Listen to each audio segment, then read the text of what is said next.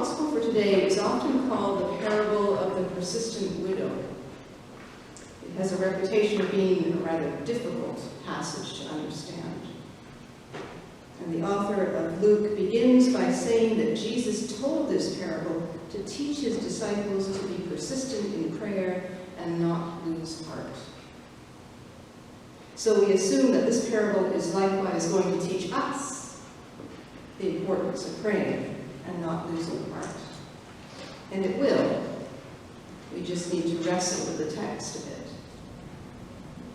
So the parable to me sounds a lot like the parable of the persistent neighbor. Remember the fellow that is hungry, needs a loaf of bread, and goes to his neighbor in the middle of the night, is banging on the door, and keeps banging until the neighbor, not so much out of goodwill, but just wants to get rid of the pesky neighbor, gives him a loaf of bread.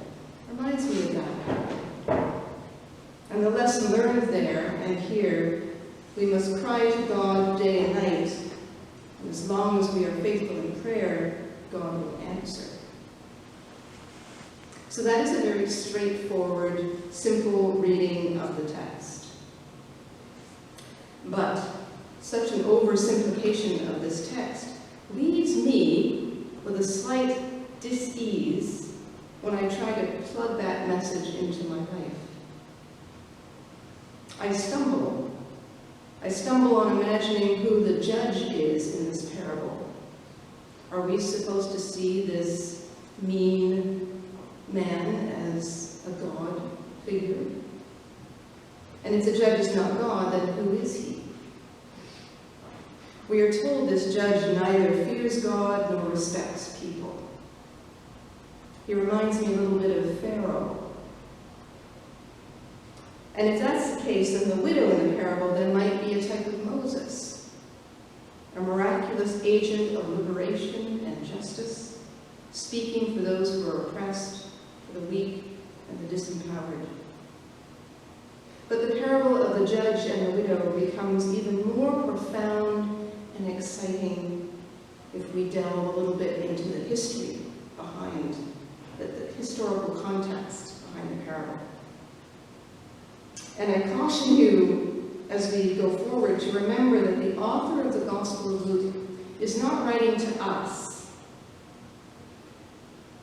Mind you, God's Spirit moves through the text, and our faith is challenged and deepened as we wrestle with it. But part of that work that we do with the text is to remember that Luke is not writing to us. Scholars are in disagreement as to when the book, the Gospel of Luke, was written, somewhere between 80 and 90 AD. Some say perhaps as late as 110 AD. And at that time, Christians were suffering terrible oppression and persecution from the Roman Empire. And the nasty judge in the parable would probably remind Christians living in the first century Palestine of their current reigning Roman Emperor, Domitian. And his reign was coined as a period of terror. Domitian was cruel to everyone, even aristocracy. When he finally died in the year 96, the Senate was overjoyed, and his memory was officially condemned. So if the well-to-do in Palestine feared the ramification of Domitian's reign, can you imagine the trickle-down effect it had on most of the most vulnerable in society? And the widow in our parable represents the most vulnerable. And she is found here crying out against the systems of oppression, and her never-ceasing cries promising to bring justice. Now that's encouraging. Although how she sustained such a continuous rant and found shelter and fed her children, if she had any, and found time to sleep, lies beyond my imagination. There's another part of the text that leaves me a little unsettled. Jesus ends his lessons with the words, "and yet." Some translations say, "nevertheless." Nevertheless, and yet, he goes on to finish, when the Son of Man comes, will he find faith on earth?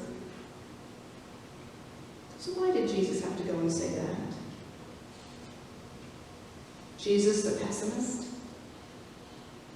Do those words somehow negate any comfort or encouragement that we might glean from this passage? So there's another piece of reality of first century Palestine that informs us when we read this text. Christians in 90 AD were expecting Christ's return imminently. Well, by then, a few decades have gone by, right? So perhaps the church is thinking more along the lines of soon-ish. Luke's message to the church is keep going. Don't stop your resistance to the empire now. It may have been decades, but press on. Our Lord is returning. Jesus will come looking for his faithful people. So that's the backstory of this parable.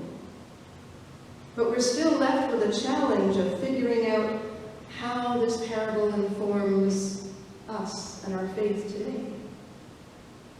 What does standing up to the evil judge look like in our Western world in 2019?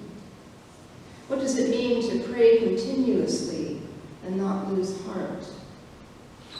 What does faith look like in Brampton in 2019?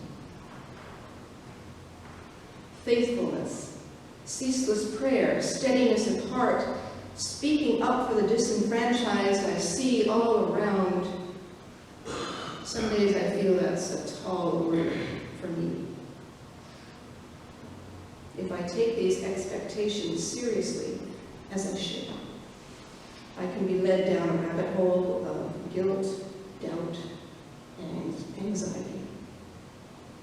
So the temptation for me is to read this passage in a detached manner, go home, eat lunch, and dismiss this passage as an ancient story for ancient times, not really applicable to me. That is how I am tempted to cope with this passage. But then my heart burns within me, and I can only think it is God's Spirit who draws me back to Jesus' words. Recently, John Henry Newman was canonized in the Roman Catholic Church.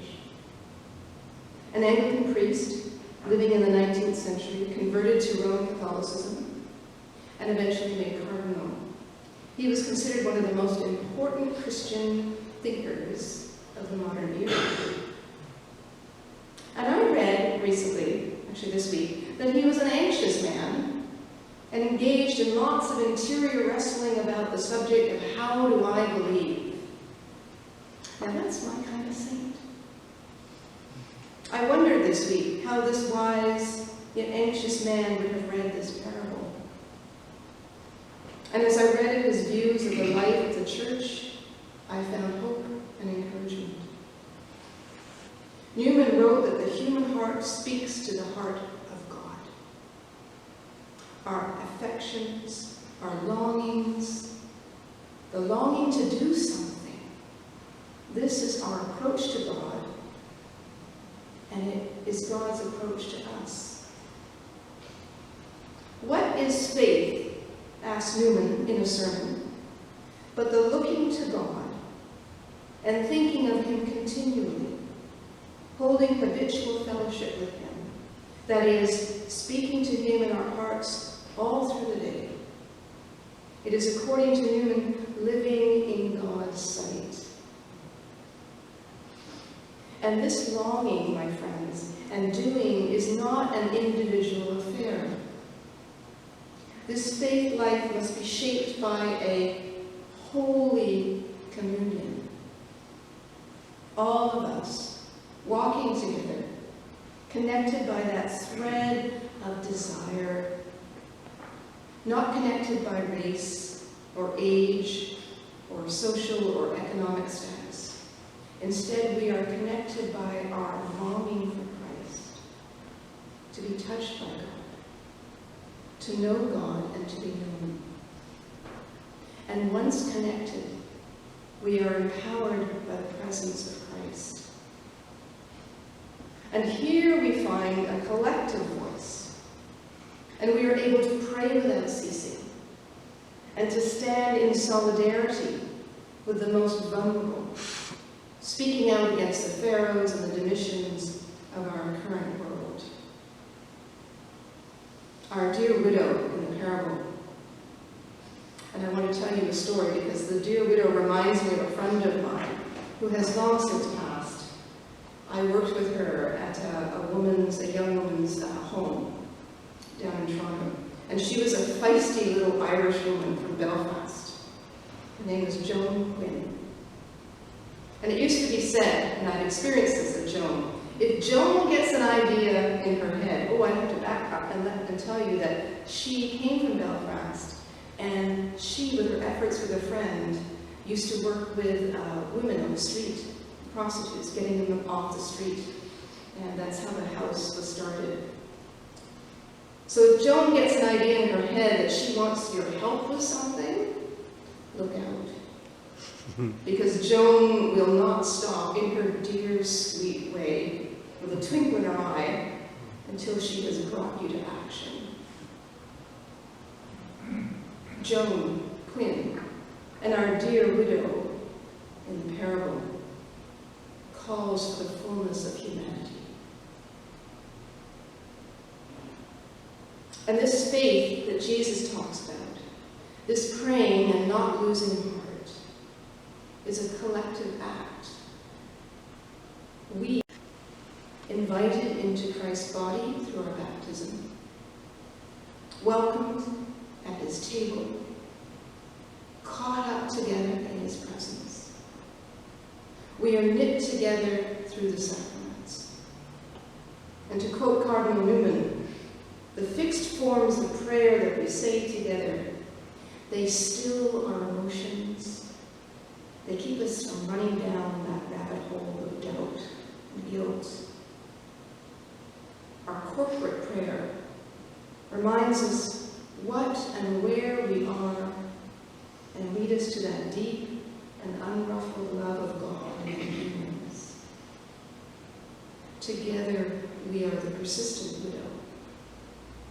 And that, my friends, is a force to be reckoned with.